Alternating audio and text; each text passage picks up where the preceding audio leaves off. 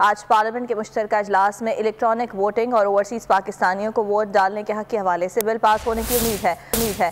Parliament के मुश्तरका इजलास की बाज़गश्त 7 समंदर पार भी सुनाई दे रही है।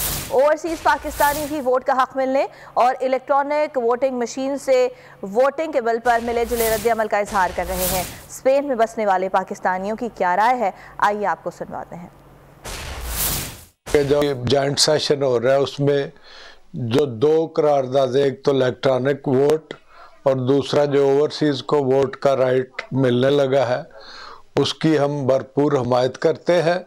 2 इंतहाई अहम बिल पेश होने जा रहे हैं। एक इलेक्ट्रॉनिक वोटिंग के हम तारकीन वतन को वोट का हक देने के हवाले से हैं।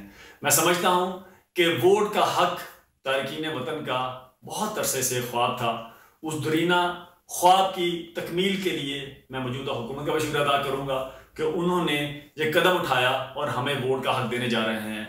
हम उम्मीद करते हैं कि हम ओवरसीज़ी जो एक काफ़ी अरसे से वोट का हक मांग रहे थे, उम्मीद है कि हमें ये मिलने वाला है। मैं तमाम जमातों के कायदीन से रिक्वेस्ट करता हूं कि हमें वोट का हक दिया जाए।